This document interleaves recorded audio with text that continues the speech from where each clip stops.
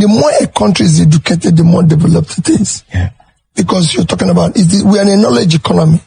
Economy today is not driven by natural resources or material resources or tangible assets. It's not driven by intangible assets. If oil, for example, can change a country, Venezuela will be the best country in the world. Venezuela have 10 times more oil than Nigeria and lesser population. If natural resources can make a country be the best, Congo would have been the best.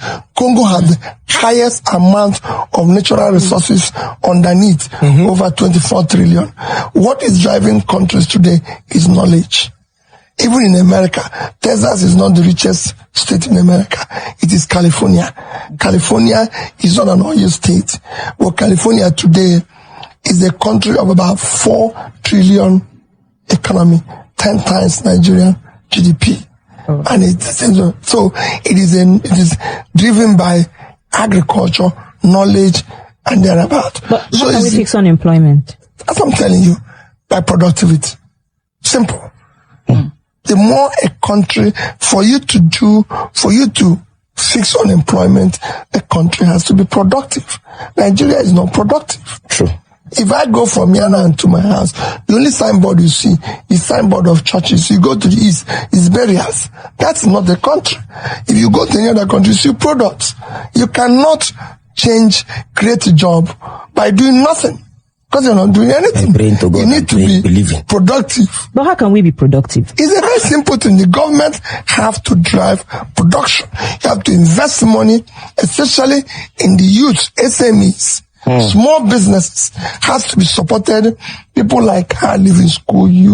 We have to support them to create businesses. The greatest employer of labor globally, even in developed world, is SMEs. In a big country like China today have almost 800 million people employed and working. That's 4 times the size of Nigeria. It will shock you. 60% of that, 540 million, are employed by SMEs. In fact, in urban areas, 80% of employment is SMEs, small businesses. Peter Obi is completely correct. In every corner of the world today, the real engine of economic growth is not massive oil fields or endless mineral reserves. It is the creativity, resilience, and innovation of small and medium enterprises, the SMEs. From the bustling streets of Lagos to the digital districts of Seoul, SMEs form the heartbeat of modern economies. They create jobs, spark innovation, and keep money circulating within communities.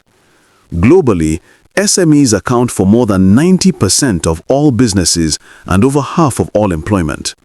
When you look closely, it becomes clear no nation becomes truly prosperous without empowering its small business sector. Take Japan, for example. After World War II, Japan was left in ruins, with few natural resources to rely on. But the country rebuilt itself through small and medium industries that specialized in technology, precision engineering, and manufacturing. These businesses laid the foundation for global brands like Toyota, Sony, and Panasonic. Japan's wealth came not from what lay beneath the ground, but from what existed in the minds of its people.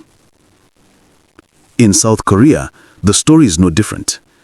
A country once poorer than many African nations transformed into a global economic powerhouse through investment in education and innovation.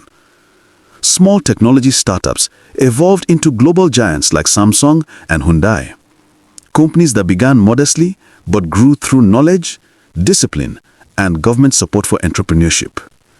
And then there's Singapore, a tiny island nation with no oil, no gold, no farmland.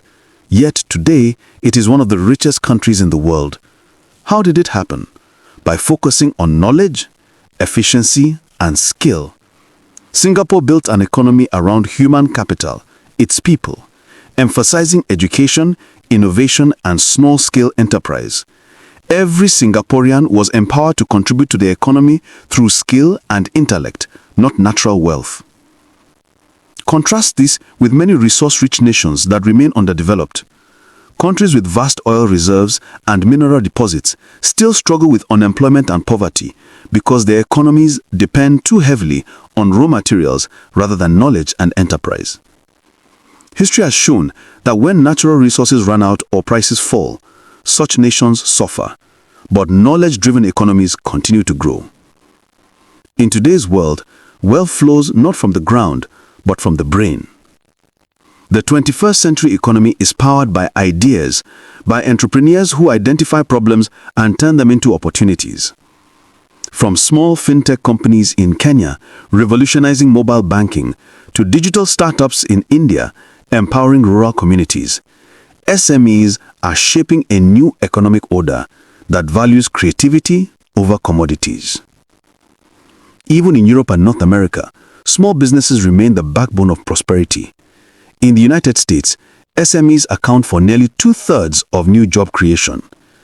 In Germany, the Mittelstand, a network of small and medium family-owned companies, drives exports and innovation, making Germany the industrial leader of Europe. The pattern is clear. Nations that invest in education, skill development, and innovation always rise regardless of their natural resources. The modern economy rewards ideas, efficiency, and technology, not just land and oil.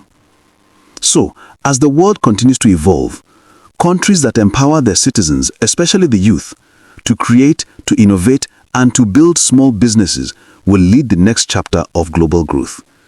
The future belongs not to the resource-rich, but to the knowledge-rich. It belongs to nations where young minds are given the tools to think, create, and thrive.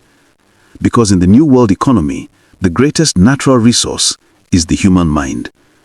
A new Nigeria is possible. The more a country is educated, the more developed it is. Yeah. Because you're talking about, we are in a knowledge economy. Economy today is not driven by natural resources or material resources or tangible assets. It's not driven by intangible assets. If oil, for example, can change a country, Venezuela will be the best country in the world. Venezuela have 10 times more oil than Nigeria and lesser population. If natural resources can make a country be the best, Congo would have been the best. Congo had the highest amount of natural resources underneath, over 24 trillion. What is driving countries today is knowledge. Even in America, Texas is not the richest state in America. It is California. California is not an oil state. But California today is a country of about 4 trillion economy, 10 times Nigerian GDP.